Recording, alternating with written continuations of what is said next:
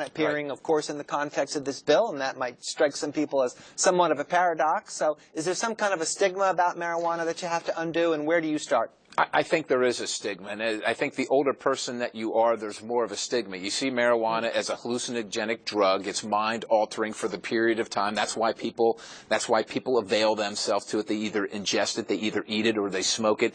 And so I think that stigma remains. As a matter of fact, I think it's also more potent these days. We as lawmakers and just as citizens hear that there are new strains of marijuana, and the marijuana that was smoked back in the 60s or the 70s when I was a young man or a child is very different than the marijuana today. It's very much more potent. People still see it as a gateway drug. And so what we need to do is educate people and let them know that this is nothing about that. This is not about getting high. This is about a medication that you can't get high from, even if you try to get high from. You know, the people that want to smoke it or use the plant for the extracts to get the hallucinogenic effects will be sorely disappointed.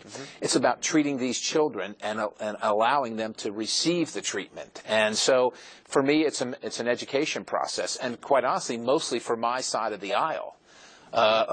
More moderate or liberal folks, more Democrats seem to, be on board with this right off the bat. Now, like I said, sometimes they might be more interested in a more expansive approach to the use of medical marijuana, but I don't think the anecdotal or statistical evidence that I've seen really bears all that out. Plus, there's other control issues. And you mentioned that earlier, and what does that mean to our statewide Senate? You said they passed something that... it's my understanding that the committee passed it out. It would still have to go for the full Senate, but...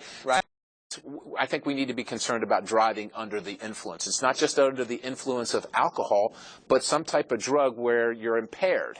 And I don't know that we have the systems in place right now to identify correctly marijuana use and how much is appropriate and all that type of thing. So for me, I'm not ready to go to that point yet, but I am ready to go to this point where there are no hallucinogenic effects and we can get the great effects of the cannabidiol, the oil, the extract to stop these or greatly reduce these seizures without any hallucinogenic effects, even if the plant or the extract were to fall into, let's say, the wrong hands or were to be used for the wrong reason, recreational purposes. Again, you can use it all you want recreationally. You're not going to get any high from it. So there are no exogenous effects. There are no hallucinogenic effects to it. So let's look at the state of the art here. What's legal and conventional and works currently for these kids? Just prescription drugs. There's a whole host of them, and I can't even begin to tell you the array. And they're considered mostly ineffective, and that's why the push for legalizing this oil for marijuana? The families I've met with have gone through the whole battery of drugs, tests, and have to go back for additional rounds because they're ineffective. But, doctors, of course, as well, they don't have any options either because they must remain within the law. So they're trying to help the family, help the child with the seizures, and all they can do is prescribe what's available. If it doesn't work, they just go back and try again. Meanwhile, the child's health is deteriorating, the growth is being stunted, the family's quality of life, the child's quality of life is greatly diminished, and all while this is happening, there's a treatment available that will fix most of this in many, many cases, but they can't get to it. Now, let's understand, if your bill prevails in Congress, is that going to trump whatever our state government does? No. What it does is it enables the state government to operate in that range legally. Right now, they can legalize marijuana completely, but they would still be flouting the federal prohibition. States that are doing it legally right now are still flouting the federal prohibition. It's just that the federal government, under the current administration, has sought not to enforce the law, which is, again, a problem in of itself. What I would like to see is people be able to, and states, be able to avail themselves, make up their own rules, and not be outside the law.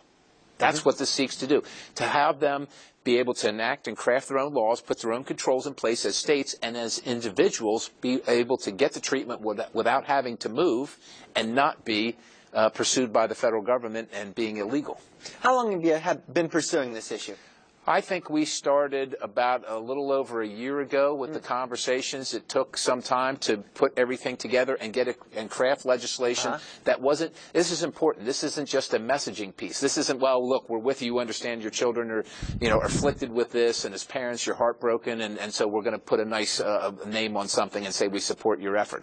This is practical, real legislation that will actually help solve their problem. So it took some time to put it together, to get all the input from stakeholders, to make sure that we had the best possible vehicle that we could come up with in the time frame provided. And so we're not saying it's perfect, but we're open to suggestions and input. But we're moving forward based on what we have now. And like I said, it took over a year.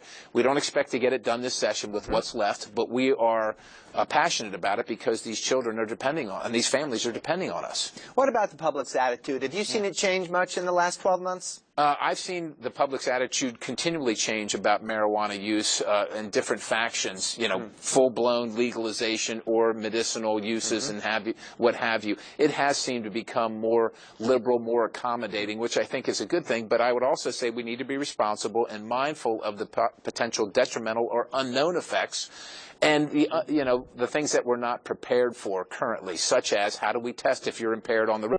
Find you weaving in and out of traffic and you're impaired. How do we test for marijuana and determine you didn't use it, 2 days ago? And that you're still, we don't have that level of acuity right now, which is why I think we need to proceed with caution in that regard. But where we do know that there are no side effects, no known residual effects other than the good things that it does for these children, why can't we move forward? Now, you've been hearing from a contingent that comes to your office and says, Perry, you're not going far enough. Maybe you should consider legalizing marijuana for recreational purposes. Sure.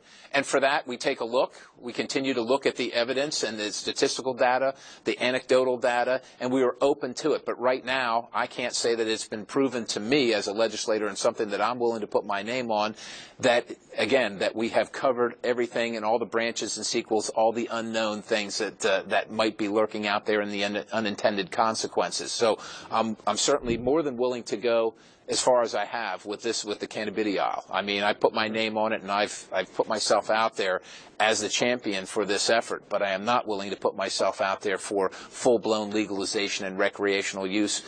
It's potentially a gateway drug. There are effects that might be detrimental to regular society where, like I said, you're driving impaired, and yet we don't know all the potential side effects that might come from long-term use, especially use for younger people, brain development, and so on and so forth. So I need to see a lot more evidence before I'm willing to do that. But I'm absolutely a champion for the cannabidiol and the removal from the schedule of the cannabidiol and the particular plant that produces that. Other members of Congress who are on board with your idea? Absolutely. It's bipartisan.